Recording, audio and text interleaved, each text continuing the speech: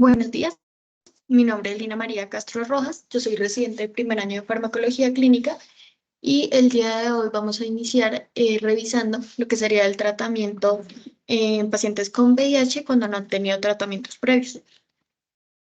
Entonces tenemos que hablar primero, digamos, de los grandes protagonistas, que son los inhibidores nucleósidos de la transcriptasa inversa. Ellos serían el esqueleto del tratamiento antirretroviral.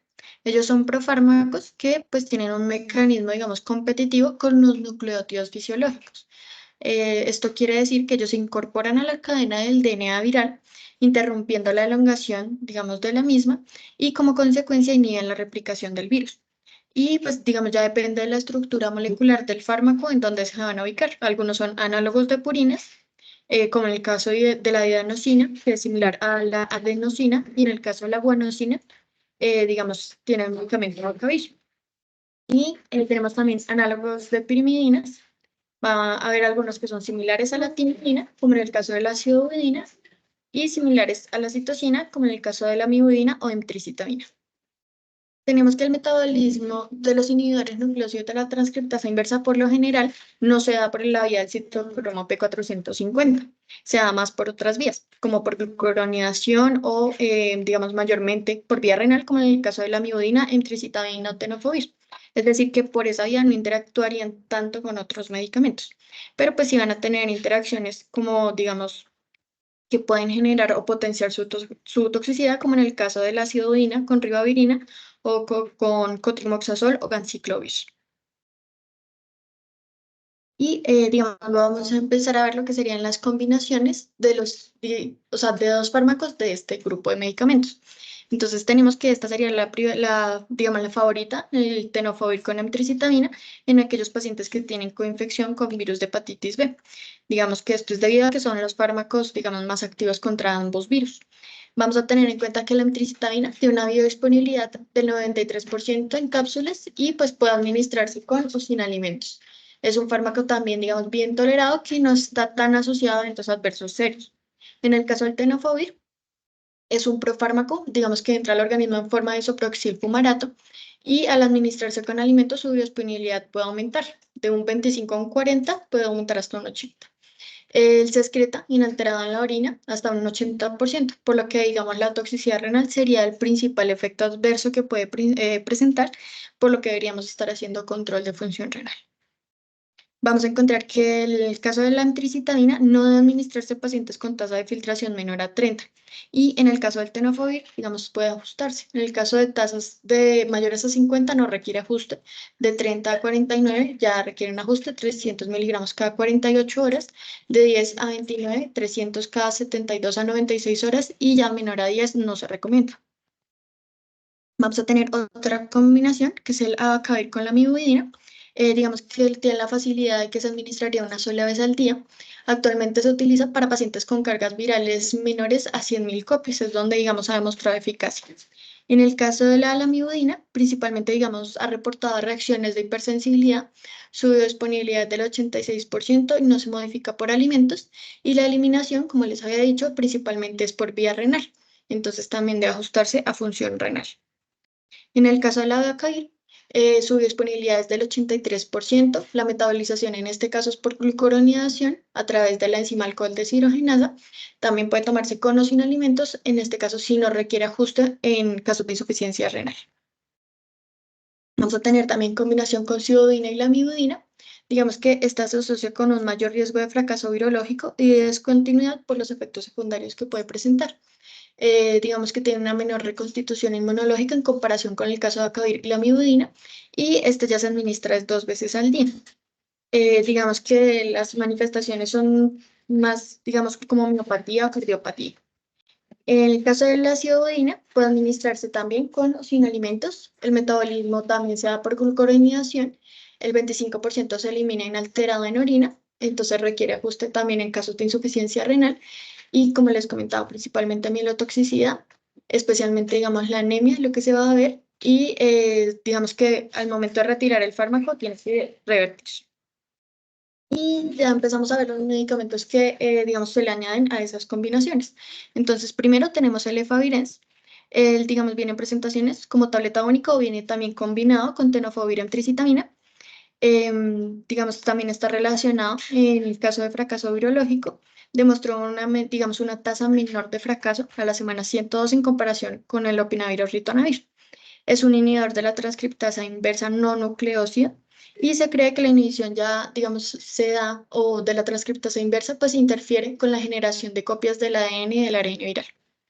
Em, Tenemos que la unión de proteínas puede llegar a ser hasta el 99,75%. Este sí se metaboliza por el citocromo y genera metabolitos hidroxilados que posteriormente tienen que ser glucuronidados para ser eliminados, por lo que presenta hepatotoxicidad. Principalmente vamos a encontrar con el riesgo de exantema en las primeras semanas del tratamiento o alteraciones a nivel del sistema nervioso central, como mareos, insomnio o depresión. Vamos a encontrar también el dolutegravir y con ritonavir. Digamos que han presentado estudios como el caso del Artemis, donde se ha demostrado que la posibilidad de uso una vez al día se recomienda principalmente, digamos, pues como les decía, como añadiéndolo a otros tratamientos, pero en el caso de pacientes que no han tenido tratamientos previos. Él es un inhibidor de la proteasa, su disponibilidad llega hasta el 82%. Lo que sería la Cmax y el área bajo la curva aumentan hasta un 30% cuando se administra con alimentos. La unión a proteínas también es alta, del 95%, y se metaboliza también, digamos, a nivel hepático por el CYP3A. Vamos a tener digamos que en el caso del ritonavir, también un inhibidor de la proteasa, también con unión a proteínas alta del 98 al 99%, su metabolismo también es hepático, la eliminación se va a dar principalmente en heces, sin cambios en el fármaco, y digamos hay que tener cuidado en los pacientes que presentan dislipidemia, porque es muy probable que la presenten con el medicamento. Y también pueden llegar a tener, digamos, otros efectos metabólicos como resistencia a la insulina, incluso diabetes. Va a presentar síntomas gastrointestinales como diarrea, náuseas y vómito. Tenemos otro que sería la atazanavir con ritonavir. Entonces acá vamos a hablar del atazanavir, también es un inhibidor de la proteasa. El caso de cuando se administra con alimentos, mejora la biodisponibilidad y reduce, digamos, la variabilidad farmacocinética que puede presentar este fármaco. La unión a proteínas es del 86%, su metabolismo también se da en el CYP3A y la eliminación va a ser principalmente renal y en heces. También debe, digamos, controlarse la función renal. En el caso del raltegravir, tenemos que inhibe la integrasa del virus, digamos que así evita que el genoma viral se multiplique o, mentira, se incorpora al genoma humano. Y él va a tener un metabolismo hepático, principalmente por glucuronidación. La eliminación se da por heces u orina y los efectos secundarios van a ser menos frecuentes que con otros fármacos. En este caso no requiere ajuste a función renal. Y aquí era, digamos, más como para ilustrar directamente las combinaciones que va mostrando la guía, pero son las mismas que ya habíamos hablado, las, digamos, combinaciones que habíamos visto. En el caso de gestantes, digamos que mencionan que los regímenes preferidos serían combinaciones con dolutegravir, tenofovir y emtricitamina, o ya, digamos, segunda línea, con dolutegravir con abacavilabimudina o raltegravir, tenofovir, emtricitamina. Y pues nos presentan también otras alternativas, como sería en el caso de atazanavir, ritonavir, con tenofovir y emtricitamina.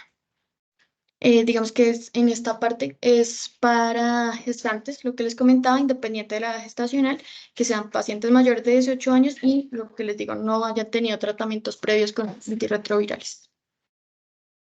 Vamos a encontrar que, digamos, el principal problema que vamos a encontrar con todos los medicamentos va a ser lesión hepática, que puede darse por cuatro mecanismos: reacciones de hipersensibilidad, por daño de los metabolitos, que, digamos, contra el tejido del huésped, por toxicidad mitocondrial o por fenómenos de reconstitución. Digamos que, pues, prácticamente todos los medicamentos antirretrovirales podrían presentar o asociarse con elevación de enzimas hepáticas y por eso también, digamos, es algo que debemos tener en cuenta.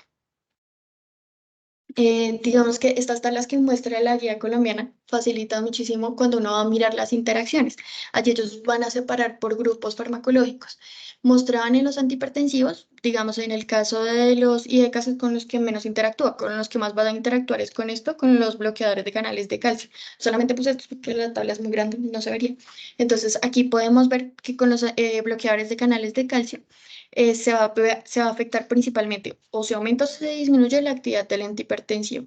Y en lo que es los casos del diltiazem, el verapamilo aumenta el efecto del antirretroviral.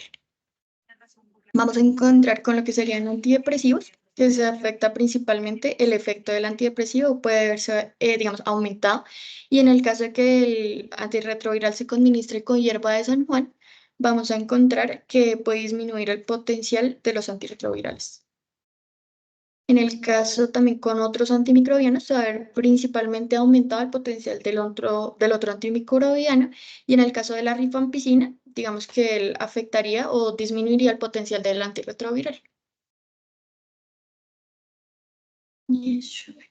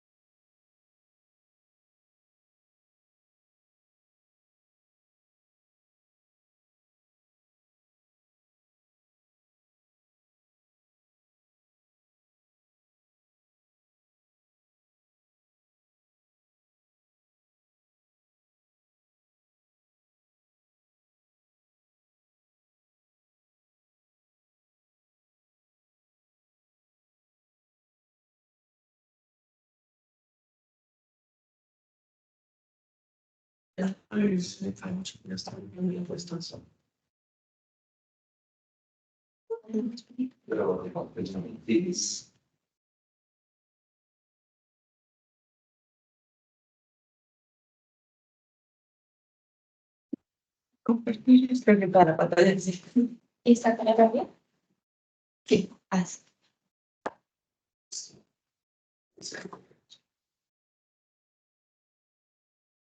Entonces, nosotros somos Lady Marrugo y Carolina Schloss, internas de 14º semestre, y vamos a presentarles casos clínicos de la lectura interpretada del antibiograma en gram positivos.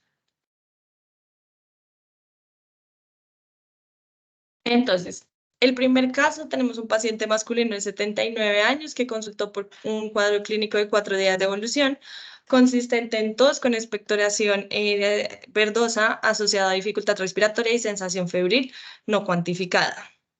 Al ingreso por pues, la clínica mencionada, realizan un TAC de tórax simple con evidencia de consolidaciones multilobares, un patrón de vidrio esmerilado, y en los paraclínicos evidenciamos leucocitosis, neutrofilia y elevación de reactantes de fase aguda, por lo que deciden tomar hemocultivos.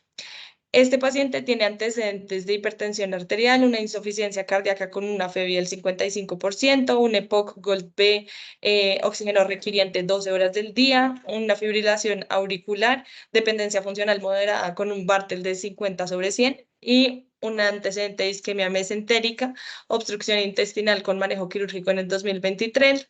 Es un adulto frágil, tiene una desnutrición proteico-calórica severa. Entonces, hasta aquí, ¿cuál creen que podría ser un diagnóstico probable hacia primera vista? ¿Con qué tratamiento podríamos dirigir a ese paciente? Nos hablamos. Aunque, pues, viendo el caso del paciente, hay como varias cositas que hay que tener en cuenta. Primero, la edad del paciente y el antecedente de EPOC. No veo que tenga bronquiectasia del TAC como para cubrirle pseudomonas, pero sí siento que de entrada, pues, sería bueno de todas maneras tener cubrir también gram negativos. Por la característica de leucocitosis, neutrofilia y el patrón que puede tener bilateral, pues, y multinovar más que todo, pensar también en gram positivo como aureus. Entonces, pues yo pensaría cubrir con, no sé cómo está la función renal, no tiene función renal. Preservada. Pues sí, podría ser CFP mi banco, porque podría ponerlo yo. El medio banco sería el tratamiento, el mínimo. Ok. Venga.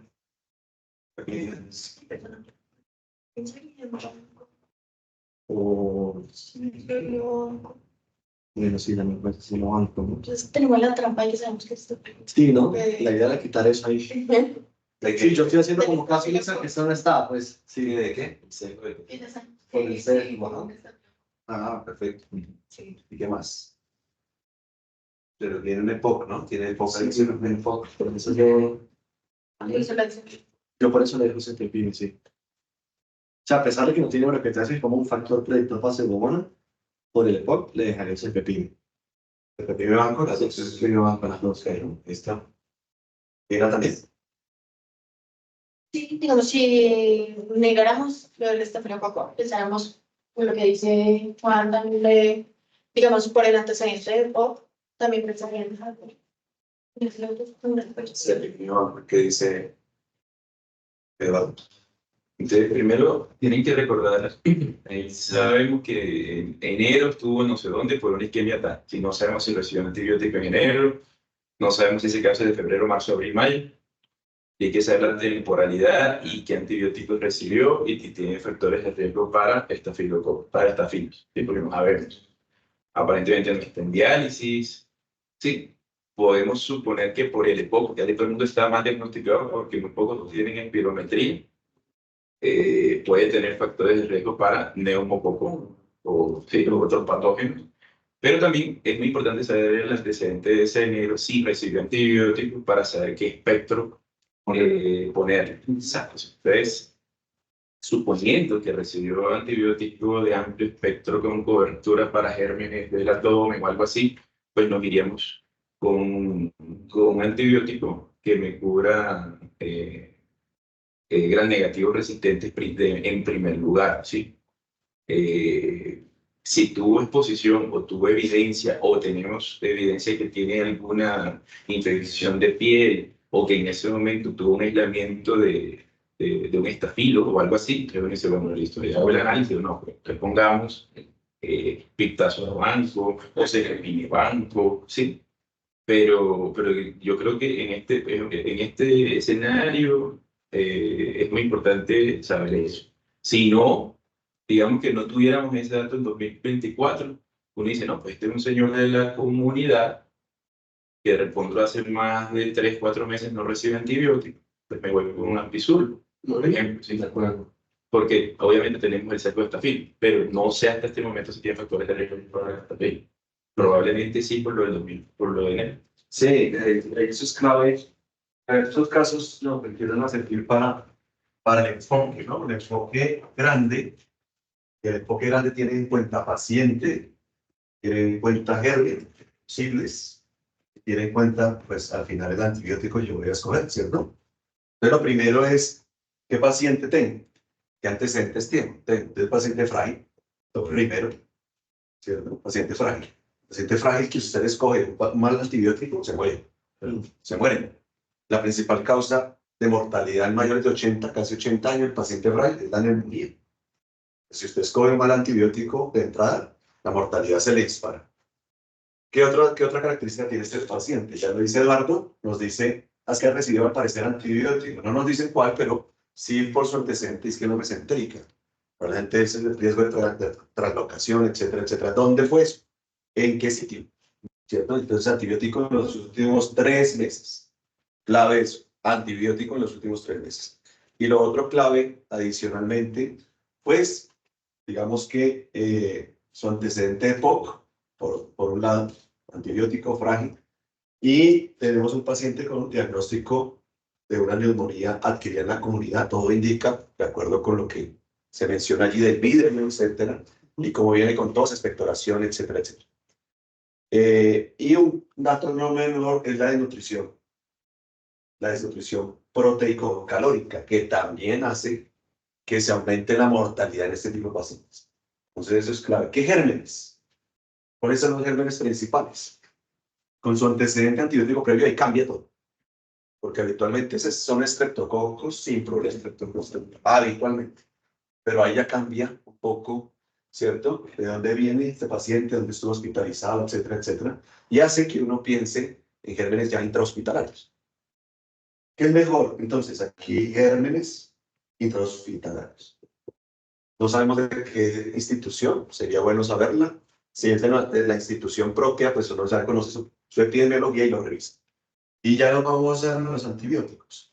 Dentro de los antibióticos uno diría, bueno, ¿qué tengo acá? Que te permita amplio espectro. Piptazo se menciona, cefepime se menciona, ¿cierto? Meropenem se puede mencionar, claro. Hay gente que directamente inicia meropenem. La misma ampicilina sulfactana, ¿cierto? La eritromicina, etcétera, etcétera. Entonces, uno empieza a disgregar de acuerdo con lo que tiene anteriormente. ¿Qué tiene anteriormente? ¿Qué germen intrahospitalario? Entonces, se va uno arriba, ¿no? Probablemente piptazo, cefepime. Ahora, PKPD entre los dos, pues mejor cefepime, ¿cierto? Que piptazo. Porque sus concentraciones, sobre todo pulmonares, en las primeras 24 o 48 horas son mejores el cefepime que la misma piperacina tazoa. Eso por un lado. Por el otro, ahora, el riesgo de que tenga un gran positivo, ¿cierto? ¿Cuál es ese riesgo de que tenga un gran positivo? Probablemente sea antecedente, ¿de acuerdo? ¿Y cómo ha evolucionado? O sea, si me dicen, no, es que el paciente lleva 4 días y veo este TAC, ¿cierto? Con multilobar, digo, está evolucionado más o menos rápido. Por eso, si usted dice, viene rápido, vancomicina, linezolid, es otra opción, ¿cierto?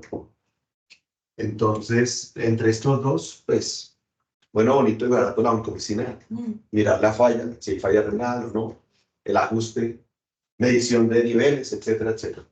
Entonces, probablemente sí, cefepime, banco sería una opción muy interesante. Pero siempre es un análisis. Siempre para que ustedes tomen la decisión correcta. ¿De acuerdo? Bueno, así. Bueno, y sale finalmente el reporte del hemocultivo con un estafilococo aureus y este es de hemocultivo. Bueno, Juan es el que está dirigiendo este caso. Es que Entonces tenemos un estafilococo aureus. Entonces, para hacer la interpretación, vemos que la OSA es sensible. No tenemos cefusitina ahí, ¿verdad? Ah, listo. O sea, es un estafilococo aureus metilo sensible. Entonces, tenemos.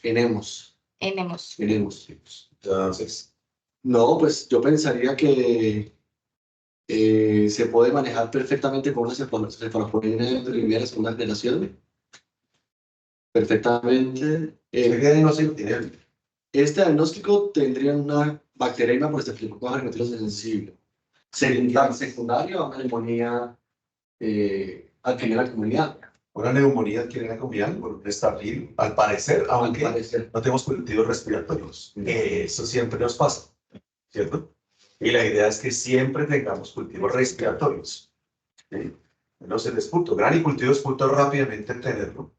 Es lo ideal. Ahora, si el paciente se deteriora, si tuvo pues, una detección multiplex de PCR, sería lo ideal en este tipo de pacientes que se deterioran. Si se intubo, ¿no? Si no, granicultivos punto es ideal. Ahora, tiene la bacteremia por esta fila. Eso es lo que estaba pensando. O sea, yo propondría la cefalosporina, pero también viendo de pronto el paciente estaba séptico, bueno, el leucocitosis, yo tenía leucocitosis neutrófica. Y Sí. negado. O sea, porque si no estuviera séptico, uno le podría incluso formular la misma penicilina o la oxa que puede tener buena penetrancia pulmonar y le puede ir bien. Pero tener el contexto de bacteremia, sí, yo creo que lo dejaría con una cefalosporina. ¿Cuál? ¿Y qué dosis? Yo le pondría...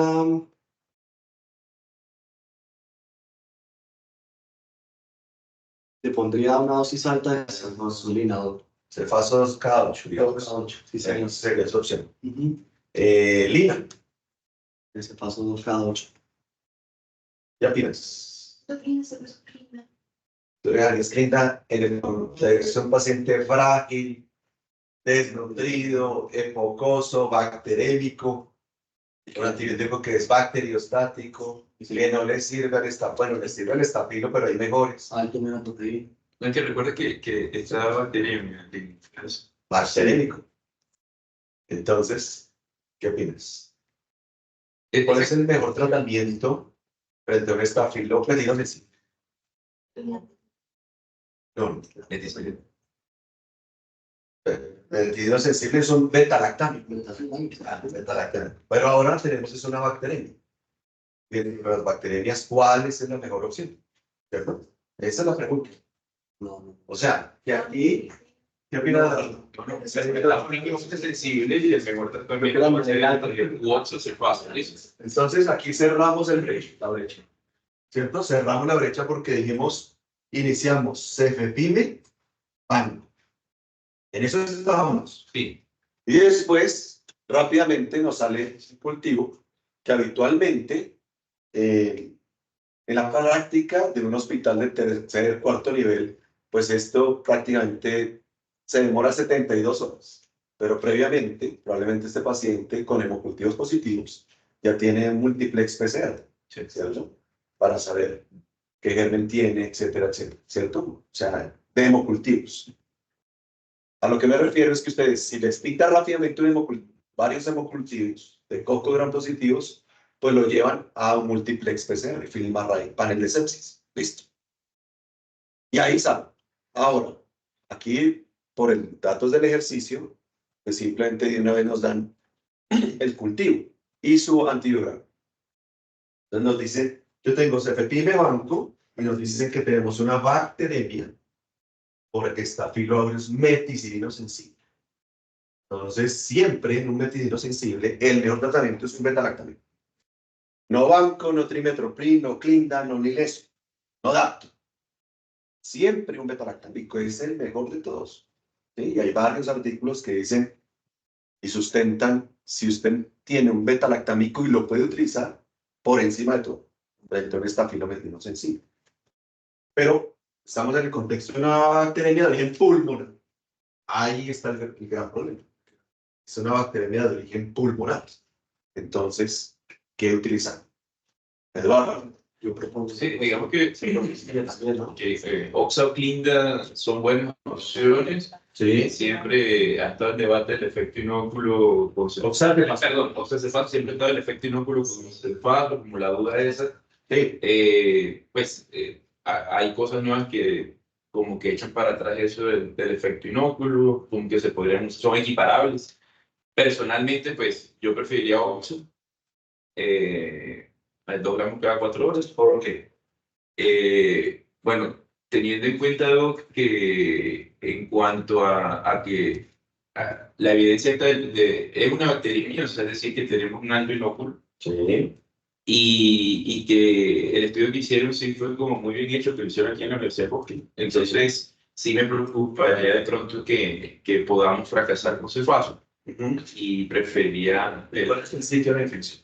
el pulmón, claro. Sí. El foco es pulmón, siempre. Entonces ahí es, ¿y cuál es la penetrancia entre oxa y cefaso, que serían las opciones terapéuticas para este paciente, ¿cuál es la penetrancia entre oxa y cefaso? Esto sí es pura farmacóloga clínica. Lina. ¿Quién penetra más? A pulmón, entre esos dos. ¿De acuerdo? Los valores, pero sí sé que oxa. ¿Cuál de los dos?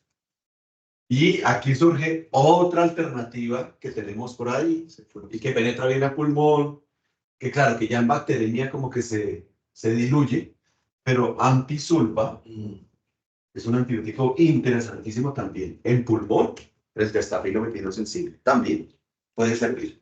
Pero si uno quiere reducir aún más el espectro, ¿sí?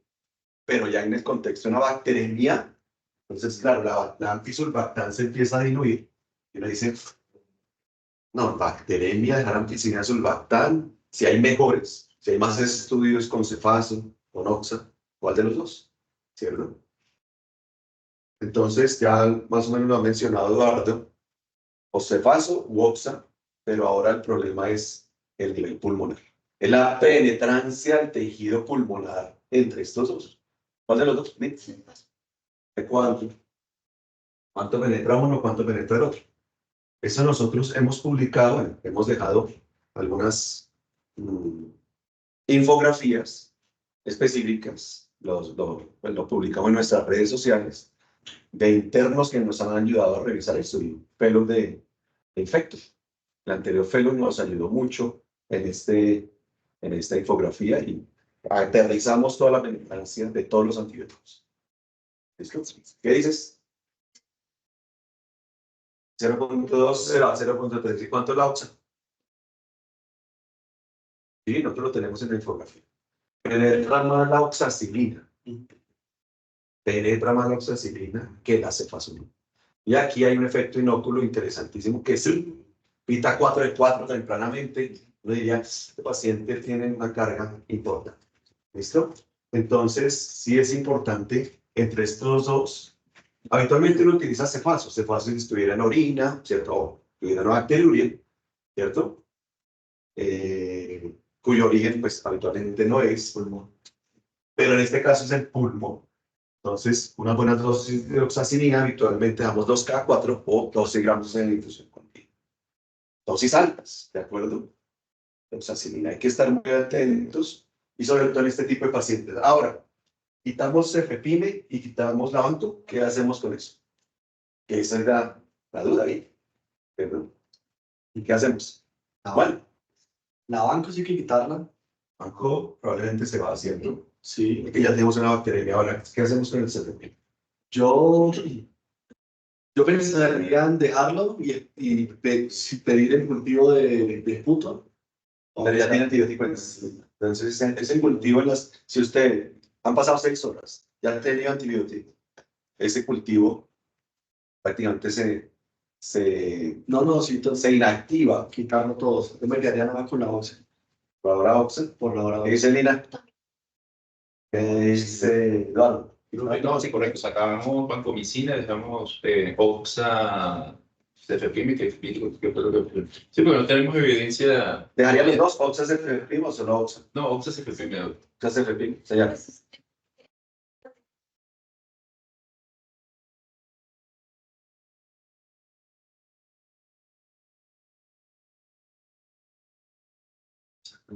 Un punto clave es, ¿y cómo va a ese momento? ¿Cómo va en ese momento? ¿Cómo va? O sea, banco, cefepime, ¿y cómo iría previo al cultivo? ¿Va mejorando? ¿No? ¿Sus índices de oxigenación cómo van? ¿Sí? ¿Se ha deteriorado? ¿No se ha deteriorado? ¿Cómo va? Si va hacia la mejoría, recordemos que cefepime le puede servir al estafilometilosensible, ¿cierto? Pero no es la opción una bacteria, claramente. Claramente.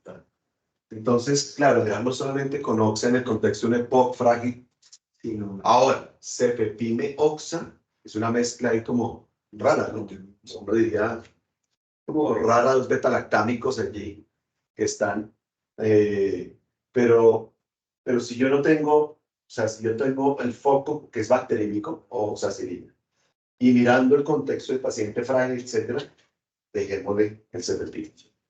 Y el resto de cosas que tenemos que hacer frente a una bacteria. Es que, profe, bueno, Me imagino que el caso es de verdad, ¿no? Sí. Para que le hayan tomado cultivos, es un paciente que tiene criterios de gravedad, entonces por eso tomaron hemos. Entonces sí, claro, o sea, efectivamente, después de que Staphylo sea susceptible a OXA, pues se permite tendría actividad, pero todavía no podemos decir que no tiene otra cosa en el pulmón, porque ¿cuántos casos polimicrobianos no hay? Polimicrobianos, exactamente. Y más que tiene poco. Exacto. Y máximo que tiene poco. Bueno, ¿ustedes cómo lo analizan? Imagínense. Le pusimos trimestre. Pues acuerdo al antibiograma, como lo decía el doctor, consideramos que es un Staphylococcus meticilino asistente y pues de primera indicación sería manejo con betalactámico, consideramos una cefalea de primera generación o una penicilina teniendo en cuenta oxacilina. Es el manejo de acuerdo al reporte. Pero el contexto es frágil polimicrobiano en pulmón. Sí. Pero aquí hay un error diagnóstico que nos pasa todos los días en nuestra práctica clínica. Granicultivo de esputo, que no lo tiene. Y este paciente debió haber tenido granicultivo de esputo. Siempre. No, que es un estreptococo. No, no es cierto. Puede ser un estafilo. Puede ser una Klebsiella. Puede ser otro germen. Puede ser otro germen. Siempre gran cultivo de esputo representativos. Y con eso uno hace un diagnóstico adecuado. Que ya hizo la bacteriemia. Ah, bueno, tuvimos la oportunidad de ese 30-20% de una neumonía, capturarlo, pero no indica que no pueda existir otro germen allí. ¿De acuerdo? ¿Sí? Entonces ahí siempre hay un error diagnóstico que le compete al médico general, al internista. Fundamental. Y siempre se nos olvida, o en emergencia, pero se nos olvida del gran y cultivo de esputo. Y son casos prácticos de la vida real, en donde, bueno, nos quedamos con la bacteria y será el único germen en el contexto de un nepo frágil, desnutrido. Entonces queda con una mezcla toda rara de cefepime oxa, este paciente, cuando no. Cuando si yo tuviera un esputo representativo, me sale un estafilo y tengo hemocultivos con un estafilo, la oxa rápidamente y reviso este tipo de pacientes, más un ecocardiograma y el resto de cosas que tenemos que hacer. ¿Listo? Hemocultivos de control, etcétera, etcétera, para este paciente. Bueno, muy bien. Bueno, el segundo caso, tenemos... Gracias, Valentina. Tuyo. Tenemos un paciente masculino de 75 años quien consultó por un cuadro clínico de 3 días de evolución consistente en rubor, calor, dolor y secreción purulenta en rodilla izquierda, dada una previa caída desde su propia altura hace 7 días. Como antecedentes patológicos, pues realmente niega, farmacológicos niega, solamente tenemos pues el traumático que fue la caída desde su altura hace 7 días. Y al ingreso, pues se realiza la toma de una ecografía de tejidos blandos en rodilla izquierda, donde se evidencia lo siguiente: proceso inflamatorio superficial, una colección hipoecogénica residual descrita no susceptible de drenaje, un líquido anecoico en escasa cantidad en la bursa infrapatelar profunda que no es cuantificable. Salía por los antecedentes traumáticos y los signos inflamatorios en que pues tienen una celulitis. Tienen una celulitis, una división de tejidos blandos. Por lo que tiene, o sea, yo hasta ahí pensaría o Clinda o Cefalea. Pero por la colección yo le dejaría Clinda pensando en esta Staphylococcus aureus, el signo resistente. Yo quiero saber una celulitis abscesada, pues. Un diagnóstico para ti. Eso es lo más importante. ¿Cierto? Siempre hemos dicho que leucocitosis no es diagnóstico, que fiebre no es diagnóstico, ¿cierto?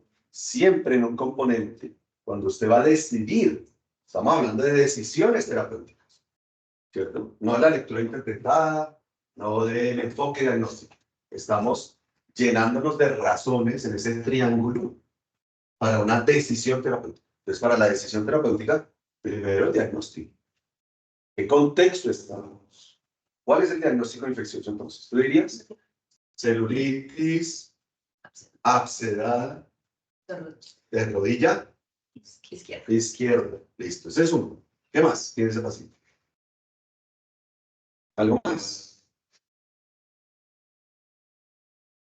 75 años. Un adulto mayor. ¿Qué más? que lo dejaríamos de tercera, y de segunda, ¿cuál sería? La caída es de su propia altura, ¿no? Trauma previo. Hay un trauma previo. Entonces, esta es la situación. Pregunta acá. Ese ya es más para Eduardo. Listo, profe. ¿Por qué no es una artritis séptica? En este momento, Como lo presentan. sí, en este momento necesitamos tener. No, nada, está saliendo secreción. Pues sí. Y puede ser una artritis séptica. El paciente no tiene reemplazo ni nada, solo ella es nativo. Pero por la localización, ¿no? Uno sabe infrapatelar, tiene que estar, pues, o sea, no hay compromiso netamente articular. Exactamente. Está en la bolsa. Eso es importante porque uno dice diagnósticos diferenciales ahí, ¿no? ¿Será una artritis? ¿Será más bien una bursitis? ¿Cierto? Secundario a su trauma. No está en el líquido secundario sinovial. Exactamente, no está en el espacio sinovial. Es importante porque cambia el enfoque. Claro, yo le doy tratamiento, pero por otro lado, me toca llevar a cirugía, tenerlo presente. Ahora, está drenando, ¿cierto? Es inflamatorio y conexión hipoecogénica, pero adicionalmente no es susceptible de drenaje, dicen acá. Ya se comprometen aquí. No lo drenen, manejo médico. Entonces ya, si no hay más, siempre el manejo quirúrgico es clave. No, Concomitante, si se necesita, obviamente. ya ahí sería no una artritis, sino una infección del epitelio blando. ¿Cierto? Entonces una celulitis, o sea, germen, Valentina. ¿Cuál es el germen? Los gérmenes bajo ese diagnóstico. Pues ya los comunes en esa cosa de tener Aureus, ¿qué más? los de piel, entonces una epidermis, Epidermis, ¿qué más? el saprofítico. No tanto. Ayúdenme, diga. ¿Cómo? Piógenes. Piógenes, nunca se les olviden bien. Piógenes siempre. ¿Algo más? No, pues los coagulases negativos que se aprovechen de eso. En general, los coagulases negativos, OMI, ¿cierto? Hemolíticos, etcétera, pero estamos hablando de cocos gram positivos. Si yo tengo cocos gram positivos, entonces, ahora sí, ¿qué antibiótico empírico es? Sí. Sí, señora. Entonces, aquí hay que tener en cuenta el granero. Cocos que son los principales a ese nivel, ¿cierto? O trauma, saclostridoides puede existir, ¿no? Perfringens, no difícil, sino perfringens. Por el trauma. Bueno, y entonces, si me voy hasta allá, tú propusiste clínica. ¿Qué dos? Siempre un liquidado, si ve acá. Bueno. ¿Alguien da más lina? Pero la clínica tiene espectro antianaeróbico. Eduardo, ¿algo más? No, hay que asumir, profe, que por la estadística en Colombia, que si estamos pensando en un germen va a ser resistente a óxido. Sí, ¿dónde está ejerciendo, no? Sí, exacto. ¿Dónde ejerce? Si ejerce en un sitio donde hay alta prevalencia de estafilometino resistente, o está ejerciendo en una baja incidencia, depende. Siempre la epidemiología del sitio, es lo más importante. Entonces, en general en Colombia es como 30% y Bogotá 40%. Entonces, 40 ya, aquí tenemos 22, 28, 20. Eso ha subido, antes era 12. Entonces si ya hay un bueno, pues pongamos un antibiótico que tenga una cobertura antirresistente, antiestafilo resistente. Y esta sería una buena opción. Linda es una opción. ¿Por qué Nutrimedro? ¿Sí o no? ¿Y por qué?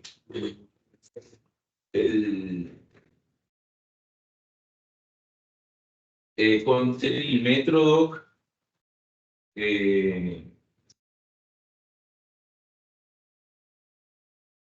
me preocuparía lo que comentamos ahora de la cobertura antianaeróbica. Antianaeróbica. Aunque hay estudios cabeza a cabeza que inclinan trimétrico los dos. Inclusive uno busca, y si hay colecciones pequeñas, Puede ser. puede ser. Y si usted tiene una alta incidencia de estafilometrino resistente, patrón hospitalario, mejor trímetro que clínica, que sería resistente a clínica.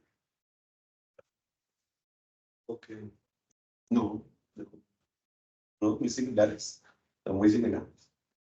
Y los estudios cabeza a cabeza nos dicen que son indistintos. Tanto que nuestra guía, esta, la de acá, Dice mejor trimestro que clinda, porque ya tenemos muchos cultivos que son resistentes, lo que llamamos macrólidos, lincosamidas, streptograminas. O sea, la resistencia NBS, ¿recuerdan? ¿Qué son? Estafilometinos sensibles, pero resistentes a clinda. Sensibles a trimestro. Solamente son resistentes a macrólidos, lincosamidas y streptograminas. Hay alta prevalencia de eso. Entonces depende de donde usted haga. Pero en términos generales, ¿son clinda o trimetro? Nuestra guía dice trimetro, por ejemplo. De uso empírico. Dosis de trimetro para el 5. De 5 a 8 miligramos por kilo. Día de trimetrofeno, repartido en 3 dosis. Lo que pasa es que la dejamos en otros contextos más, también puede ser frente a anaerobios, pero la dejamos más en accidente rábico, por ejemplo, en pie. Pero porque ahí hay ya gran negativos por el componente del accidente rábico. Es más por eso. Listo, muy bien. Entonces, ¿qué pasó? Lo dejamos con clinda por el momento. Clinda o trimetrofeno, cualquiera de los dos. Sí. Entonces, ante una mala torpedad de evolución y aumento de la lesión, en efecto, ortopedia decidió entrar a hacer un lavado, un drenaje, y le cultivaron Valentina. lesión intraquirúrgica. Listo, Valentina. Entonces, empezamos la oxigena resistente y un 100% positivo. Aquí es muy importante antes de eso, siempre, no solamente eso. Dime el diagnóstico, es decir, dime ortopedia, ¿qué encontraste? Gas, no hay gas, ¿sí? Eso es muy importante. Y uno va y les pregunta, que habitualmente las notas son sucintas. Sí. Diagnóstico, pre-quirúrgico, celulitis, post-quirúrgico, idem. Buena evolución, foco sangrado. Sí. Ya. Listo, sin complicaciones, igual tratamiento. Pero entonces, ¿qué debe hacer uno? No, ¿qué le encontraste? ¿Cómo lo viste? ¿Cierto? Porque ya hay un estafilo ahí presente. ¿Sí? Pero ¿cómo lo viste? Importante que lo llevaran a cirugía. Entonces, el componente anaerobio disminuye completamente. Pero siempre el diagnóstico. No, le encontré una artritis seria. Lo cuento. Sí. No, le encontré una fascitis necrotizante. Ya había gas. Ellos lo detectan inmediatamente. Eso es muy importante, ir y preguntar. ¿Cuál es el diagnóstico operatorio post-quirúrgico? Muy importante. Bueno, ¿y cuál fue el diagnóstico quirúrgico? No, pues, o sea, eso sería... Drenaje de la conexión. Ah, ok, porque evolucionó mal. Exacto. Pero no es una artritis. No. No, listo. No, Es una infección secundaria a una caída, trauma, una celulitis de fibras blandas que le había iniciado clinda y evolucionó mal. Exacto. Listo. Entonces, hacer lavado. Y le lavan. Exacto.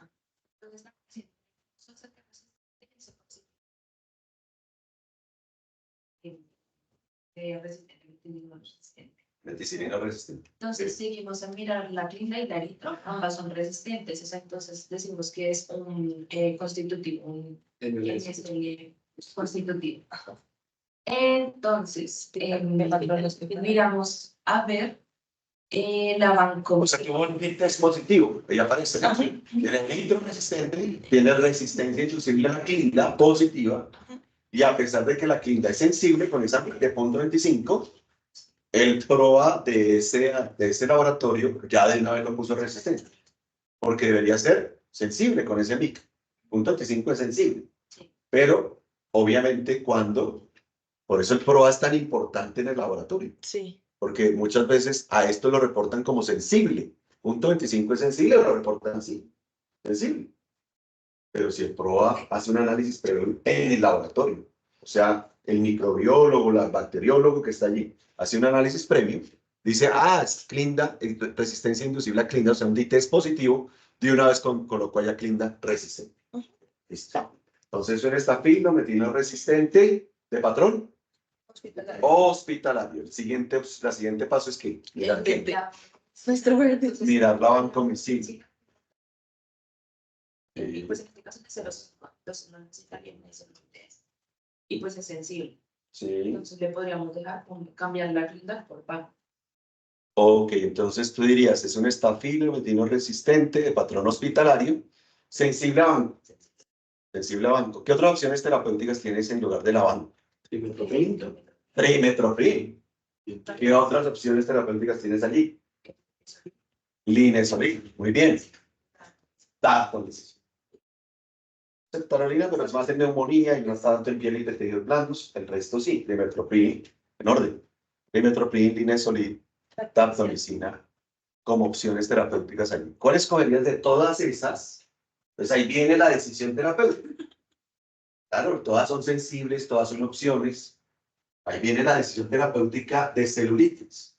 75 años. Nunca se nos olvide, ¿cierto? Donde le iniciamos, aquí nos saltamos desde el germen. Ya sabemos que es un estafilo, aureus metilo resistente, patrón hospitalario. Ya, listo. Y nos saltamos acá, ya he recibido Clinda, clave esto, ¿no? O recibió Trimetro. No, recibió fue Clinda. Ustedes digan. Y no responde, porque creció, que fue mal, ¿cierto? Evolucionó mal, Claro, le dio la cirugía, tenía Clinda y no mejoró. no mejoró, exactamente, Clinda y no mejora, y le encuentran un estafilo de patrón hospitalario. Por eso no respondió también. Por eso, cuidado con esta resistencia MLS, es alta, siempre es alta. Cuidado, la Clinda la utilizamos mucho, tener cuidado con eso. Bueno, entonces, ¿qué? Valentín, tienes Trimethoprim, Banco, Lineso, Dapto. Y ahí viene la decisión terapéutica, porque cualquiera de esas la puedes utilizar. Dime cuál y por qué.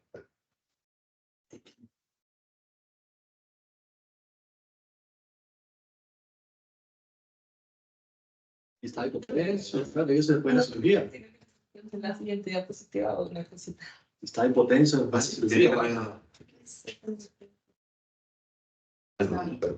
Ahí tienes el así. Sí. Pero en este caso. No, o sea, en las notas no aparece, o sea, una buena evolución es post lavado. Sí. Función renal conservada. Es importante, es decir, la decisión terapéutica es preguntémosle cómo va el paciente. Y evolución postquirúrgica, bueno. La evolución postquirúrgica fue más valorable, necesitaba era lavado, Sí. necesitaba probablemente la clínica no le está sirviendo. Entonces, ¿qué dejas? ¿Cuál quieres? ¿Qué necesitas? ¿Cuál? Estos tres, cuatro. Entonces necesitas poner sus sellos.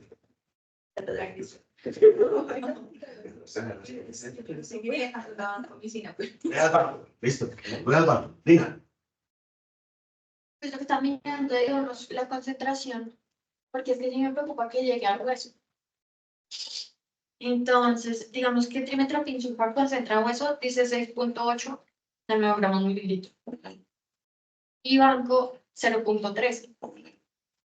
Y pues ya las otras opciones serían, digamos, más costosas. Pues si tenemos Trimethoprim sulfar. Estas dos son opciones que de entrada, dicen, no, tiene eso apto de entrada, no, bajo este contexto, no está bacteriémico, no tiene falla renal, ¿cierto? Uno diría, bueno, entre Trimethoprim y banco. ¿Qué hace que la balanza se vaya uno respecto al otro? Vamos a concentrar en pie de tejidos blandos, no tiene osteomielitis, cuidado con eso. Porque no tiene osteomielitis. Tiene una infección de piel y tejidos blandos. ¿Ah? Sí, pero mientras tanto, ¿qué le vas a dar intrahospitalariamente? Ya dijeron banco, aquí se hace. Echaron a la... Lina, ¿qué opinas? Banco le das. Bueno, realmente cualquiera de las dos opciones es buena, ya teniendo Sí, pero ¿qué opción? ¿Qué hace que se vaya para un lado o para otro? Daniela nos dice, ¿y si le vas a dar salida? Sí, correcto. Sí. O sea, si el paciente... Sí, pero todavía no le va a dar salida porque está postquirúrgico. Claro, si el paciente después del drenaje comienza a tener una evolución satisfactoria, uno podría decir, no, pues nada, completar tratamiento con Trimethoprim sulfa, incluso oral. Digamos que en el postoperatorio inmediato, que la evolución como que no fue la esperada y fallamos en el primer antibiótico empírico, pues se puede dejar con vancomicin. Yo le daría banco en las primeras Sí. entradas, porque es un paciente, acuérdense, 75 años. Es que no es lo mismo que un paciente joven, ¿cierto? 75. Pues no nos dicen nada más de antecedente raro, ¿no? O sea, un paciente sano a los 75 es como raro. Pero bueno, o mal estudiado. Entonces, no nos dice nada más, pero el 75 ya uno dice, además lo lleva a una cirugía, ¿cierto? El trimethoprim es bueno, digamos, es bueno, pero es mejor la banco. ¿Por qué? Porque a las dosis bajas, el trimethoprim se comporta como bacteriostático. Dosis altas de 15 a 20, que no vamos a utilizar en este paciente de 75 años, etc. Ya es bactericida. En cambio, la banco de entrada es bactericida. ¿Me entienden? Entonces, le diría banco, está bien. 20 miligramos por kilo en bolo, luego 15 miligramos por kilo cada dosis. Y a las 48, 72 horas miro evolución y miro la posibilidad de trimetropino. Va perfecto. Y luego lo mando con trimetoprim a la dosis que ya hemos realizado. ¿Listo? Entonces es un caso interesante para tenerlo presente. Otro contexto, ¿no? Listo. Tener en cuenta la MIC, tener en cuenta eso, el ITES, que es una recomendación que no tiene ningún sustento hacer el ITES, pero nos ayuda cuando hay bacterias. Si le salió más de uno ahí. Sí. O sea, uno más. No. En el automático le salió más de uno. No, sino que nosotros decíamos, bueno, ya tenemos la evidencia que es un estafilococo meticilino resistente, manejo con vancomicina y en caso de un contexto de una bacteriemia hay que tener en cuenta que con una MIC mayor a 1, el paso siguiente sería hacer el ITEST. Exacto.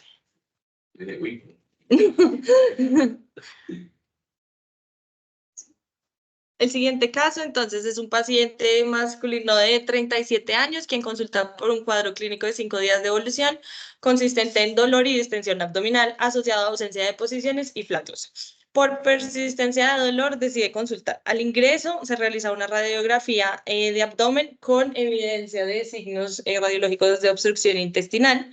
Al examen físico con irritación peritoneal, es llevado a la laparotomía exploratoria y se encuentra una secreción en epiplón del que toman cultivo. Antecedentes: quirúrgico apendicectomía hace 4 años, inmunológicos 3 dosis de COVID Pfizer y toma alcohol ocasionalmente. ¿No había antecedente de antibiótico previo, hospitalizaciones? No, Nada de eso. sino de la apendicectomía quirúrgica. 37 años. Pues,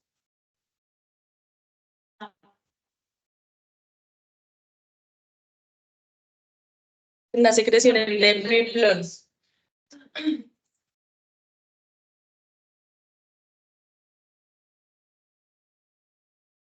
Muy común, por lo que ya tuvo una apendicectomía, ¿cierto? No nos dicen si es laparoscópica o abierta, habitualmente es laparoscópica, pero común en el sentido de que son pacientes que si uno les toca el abdomen, el riesgo posterior de la obstrucción intestinal por bridas es altísimo, altísimo, por brida, ¿no?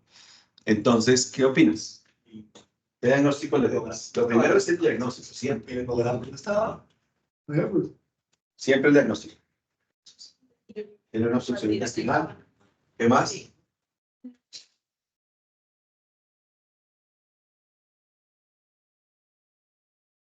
¿Consideras que tiene una peritonitis secundaria? ¿Qué?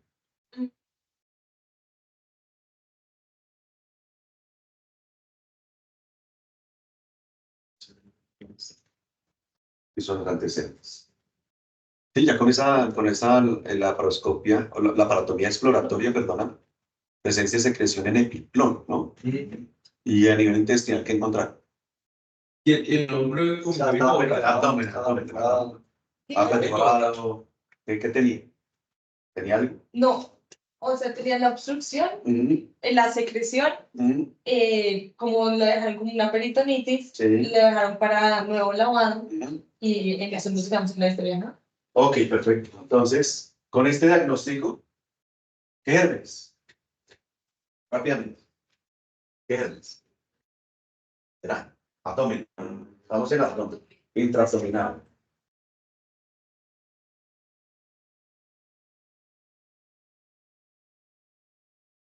Pues que a veces siempre eran negativos, ¿listo? Y adicionalmente anaerobios tipo bacteroides. ¿Por qué? Por el signo. ¿De acuerdo? Y al parecer, si ya hay secreción, de pronto sí se perforó, aunque no lo dice, pero sí es importante. Va a uno del cirujano y le dice, ven, ¿cómo lo encontraste? ¿Qué viste? ¿Está perforado o no perforado? ¿A qué nivel? Todo eso es muy importante para saber el germen. Lo primero. Bueno, ¿qué antibiótico? Veas. Metronidazol, metro. Para el bacteroides, muy bien. ¿Qué más? Metronidazol más. Y para el negativo, ¿qué le das? ¿Qué dicen nuestros guías? Cefuroxime metronidazol. ¿Por qué cefuroxime metronidazol y no piptazo, no antisulfatán, etcétera, etcétera? Porque, claro, ¿dónde estás ejerciendo? Siempre es eso. ¿Dónde ejerces y cuáles son los gérmenes intraabdominales? A nosotros siempre es una E. coli o anaerobios, ¿cierto? Hemos encontrado inclusive bacteroides que hacen bacteremias por bacteroides, ¿sí? Entre los anaerobios. ¿Pero dónde ejerces? ¿Cuál es tu flora? Nuestra flora es E. coli, la mayoría de las veces, a veces Klebsiella, a veces Citrobacter o Enterobacter, ¿cierto? Pero la mayoría es una E. coli que es hiperproductora de penicinasa, o sea, no podemos utilizar antisulfatán, pero tampoco irnos a piptazo. ¿Por qué? Porque no tenemos pseudomonas. Siempre piptazo en pseudomonas, ¿cierto? O es que esté choqueado, otro contexto. Entonces, cefuroxime, 750 cada 12. ¿Cuándo utilizamos 1500? Eduardo. 1500. Sí. O sea, de las dosis altas de cefuroxime que están discutidas en la literatura, que aparecen. Que mucha gente libera un poquito la dosis de cefuroxime. No recuerdo, no sé, neumonía. No. En el mismo contexto, el paciente que esté en choque o que esté bacterémico, ¿cierto? Donde uno dice dosis altas de cefuroxime sería el ideal.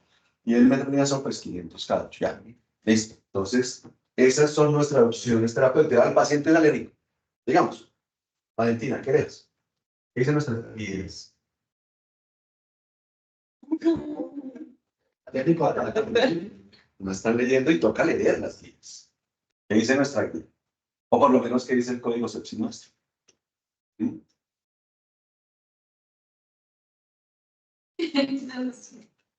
¿Quién la ayuda? Sí, señor. Bien, amica. Amicacina, metronidazol. Eso es lo que nosotros utilizamos. Y recomendamos amica, metronidazol. 1 gramo día y metronidazol. Bueno, listo. ¿Y qué pasó después? Desde el cultivo tomado intraquirúrgico. Valentín. Analiza esto.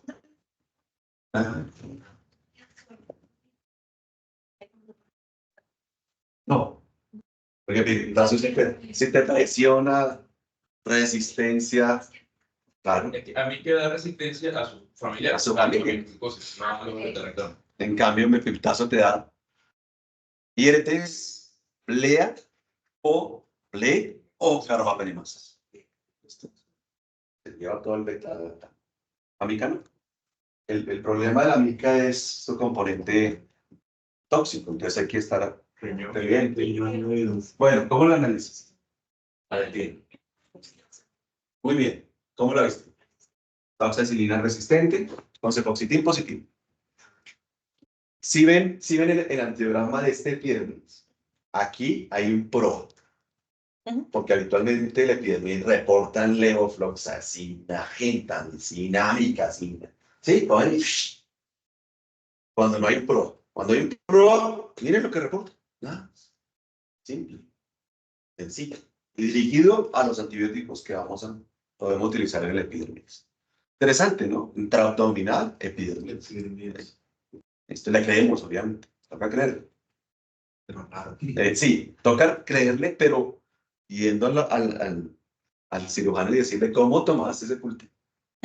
Sí, porque a veces el cultivo es secreción. Y uno piensa que le hicieron intraquirúrgico. Cuidado con eso. Porque si esto es secreción, nada que hacer. Cefuroxime metronidazol. ¿Sí? Porque este epidermis ahí crece cualquier cosa, además no se debe tomar. No, es que si entramos intraquirúrgico y le lavado peritoneal y nos salió esto. ¿Eh? Con toda la técnica y le dio esto. Entonces, ¿qué hacemos? Entonces es un estafiloepidermidis metilinoresistente. Coagulasa negativo metilinoresistente. ¿Qué pasa? ¿O algo? Sí. Claro, aquí ya no hablamos de heteroresistencia, nada de esas cosas. Aquí está sensible. ¿De acuerdo? Miramos linesto, miramos dapto, miramos trimetoprim. Todos son sensibles. ¿Qué es todos?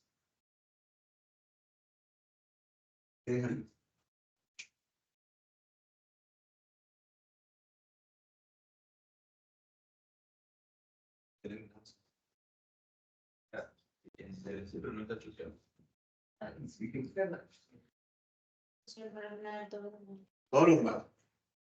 35 años, joven. Realmente, 35. Bebé. Tú le darías banco. Banco metronidazol sería tu opción terapéutica. Siempre hay un componente anaerobio ahí, no siempre, abdominal, siempre componente anaerobicidad. Toca dejarlo. Banco, Lina. Dimetropina, citronidazol. Sí, bueno, yo también dejaría banco. El dimetropin en estafiloepidermidis no es tan bueno, es sensible, ¿no? Pero no es como el estafilo. Ese es. Y además es intraabdominal. Si fuera en audios 2, abdominalmente la marca del trimetropin, ¿verdad? Si fuera en audios, Por ejemplo. Pero la banco también. ¿Cómo está ese paciente? Yo les dejaría banco. Realmente la mayoría de los coaguláceos negativos son resistentes a OX, o sea, casi todos van a ser resistentes a OX. Y de banco, Pero si son sensibles, hay que darle opción. exacto. Si son sensibles, se le da el beta. Que aquí pasa que la balanza se cambia mucho relacionado. Y hay un tema de discusión que pasa a veces en la práctica. Banco recuerden que banco tiene cobertura antianaerobia, pero contra anaerobios positivos. ¿Sí? Es decir, yo dejar banco solo me cubre anaerobios positivos. Le tocaría dejar metronidazol, que es más, el efecto es más grande que solo banco. Ahí sí haría las dos cosas. Clinda en monoterapia. Le cubre anaerobio, le cubre el estafilo. ¿Qué opina? Pero si no estoy mal, profe, Clinda también tiene el mismo problema de banco en... Y es que Clinda en epidermidis no. No, Por eso lo sacamos de la lectura. Ni siquiera lo reportamos. correcto. Eso es fundamental. Fíjense que es otro cuento. El epidermidis es otro mundo. El coagulasa negativo es otro mundo. Entonces, Clinda no. Trimetro tendría que ser sensible y bueno. Banco. Banco y metronidazol. Banco. ¿De acuerdo? ¿Cuándo? Lineso en este caso. Ejemplo, alteración de la función renal. ¿Qué es mejor a nivel intraabdominal? El paciente es alérgico a la vancomicina. Digamos, ¿qué es mejor? ¿Lineso o dapto? Lineso. Eso es para la farmacóloga clínica. ¿Qué penetra mejor? Pues ahí empieza la decisión terapéutica. Y uno mira costo, etcétera, pero lo más importante es la penetrancia intraabdominal entre dapto y lineso. ¿Listo? Lo dejamos ahí como tarea porque para el jueves vamos a seguir revisando gram positivos, pero siempre uno dice, bueno, y si no puedo utilizar banco, ¿qué? ¿Qué utilizar? ¿De acuerdo? ¿Listo? Ese son los ejercicios que vamos a desarrollar. Y eso nos ayuda a un componente mucho mejor. Bueno, muchas gracias. Gracias a todos. Nos vemos el martes, muchas gracias. Miramos por el